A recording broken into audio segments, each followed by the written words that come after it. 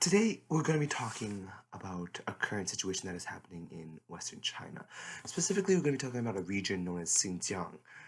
I'd like to bring up our Asian correspondent, Sonia. Sonia has for more than a year now. So, Sonia, can you give us a bit of a description of what is currently happening in Xinjiang?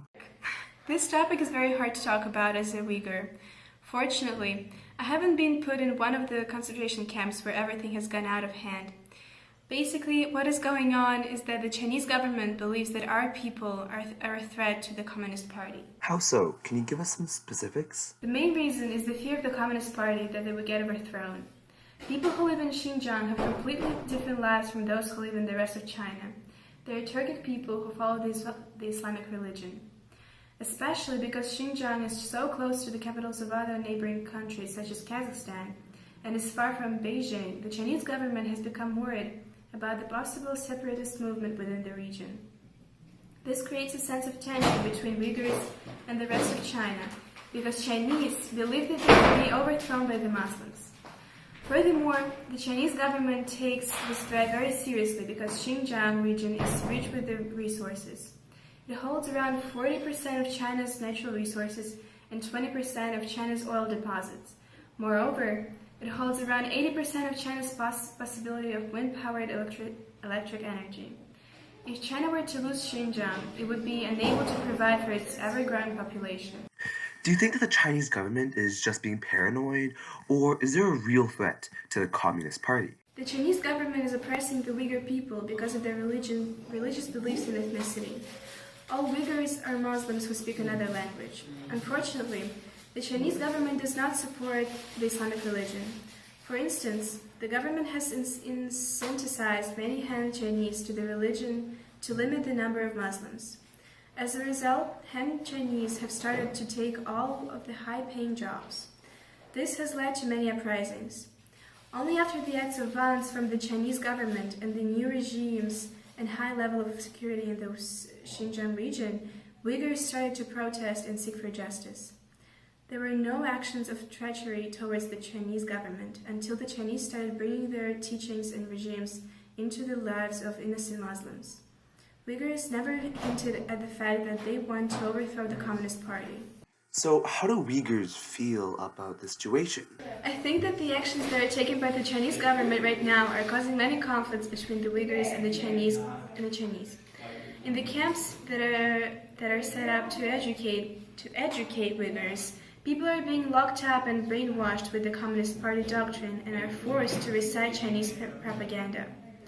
People are forced into following the communist ideals, but this is not the worst part. People have been reporting acts of violence and even death cases from those camps. In short, Uyghurs are being oppressed because of their religious beliefs and ethnicity. The Chinese are being very serious about converting Muslims into people with communist beliefs because of the threat that they feel. Hello! Today we'll be talking about the current disagreement that is happening within the borders of China. Last week, we talked to a Uyghur from Xinjiang region about the situation. Now, we're going to talk to the Chinese official. Hello there! Please tell us about how the Chinese government views the current situation with the Uyghurs. Yeah, of course. So, there are a couple of reasons as to why China believes that these Uyghurs pose such a big threat to the overall safety of the Chinese population. The first reason is that we are afraid of Islamic extremists being able to being in in the region of Xinjiang. We're afraid that there's a possibility that these Islamic extremists are being hidden within the region, and as a result, these people are going to different regions, carry out acts of extremism, and we're really afraid of that. Or another reason also why the Chinese government feels a sense of hostility from these Uyghurs is that the Uyghurs are so close to the capitals of Uzbekistan and Kyrgyzstan instead of the capital of China, which is Beijing, and we feel that they're going to be closer, going to feel more relatable to these capitals and to these countries than they are going to feel to China. As a result, as you've probably already seen, many protests have already occurred within the region. Many people have died, many people have been injured as a result of the Chinese government trying to spur a sense of safety within the region.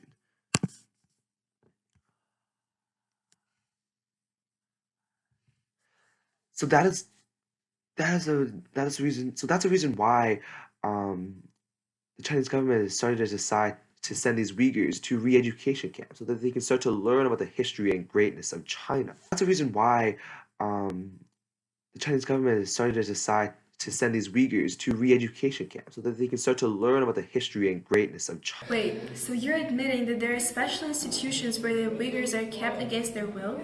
Nobody is being forced to stay anywhere. These are not concentration camps. As I was saying, the Chinese government sees a possible threat within its Islamic communities. And what we are doing is that we are putting these voluntary places for possible Islamic extremists to come to be re-educated about the Chinese history, the Chinese doctrine, and what the Chinese beliefs are. Furthermore, because Xinjiang is known for have such a deep history of separatist movements and separatist ideals, if China does lose this region, we'll be losing a lot of resources, valuable resources that are really important to to the success of the overall Chinese population. So to reduce the chances of being overthrown, or to reduce the chances of Xinjiang being separated from the rest of China, the Chinese government is building these schools for the Uyghurs to re-educate them on the importance of Chinese history and the glory of China. I'm sorry to interrupt, but it seems like you're denying the fact that the Uyghurs are being oppressed by the Chinese government. We have heard the story from one of the Muslims from the Xinjiang region, and what we have heard is not the story that you're telling us right now. Pardon me, how dare you accuse the Chinese government of something that we never did? We have no interest in abusing the Uyghurs or killing them. The only thing that we are trying to do is to educate them about China. I'm sorry, but it didn't say anything about killing or abusing the Uyghurs. You mentioned it yourself. So that means that it is right. The Chinese Communist Party is keeping the Uyghurs in the concentration camps. I refuse to talk about this. I can't believe that people would think that. Those Uyghurs are the ones who are being violent and protesting. The Chinese have done nothing wrong. We are just looking out for ourselves and the well-being of our country. And the education is the main part of the reduction of that threat. Those villains have to be told what's right and what's wrong, and in order for them to understand that, they have to follow the Communist Party doctrine. And you can understand that without any extra discipline, there will be no order in the Xinjiang region, and then China's overall values will be lost. I'm sorry I came here today, and there's nothing wrong about what the Chinese are doing. Leave us alone. That didn't go as planned. If you're wondering what just happened, the Chinese government official just contradicted his own words, where he said that the Chinese government is not oppressing the Uyghurs in any way and supported the story that one of the Muslims from the Xinjiang region had told us last week. The Chinese government is definitely oppressing the Uyghurs and keeps denying it. We hope that something will be done about this in the near future, but for now, we have to say goodbye until the next week.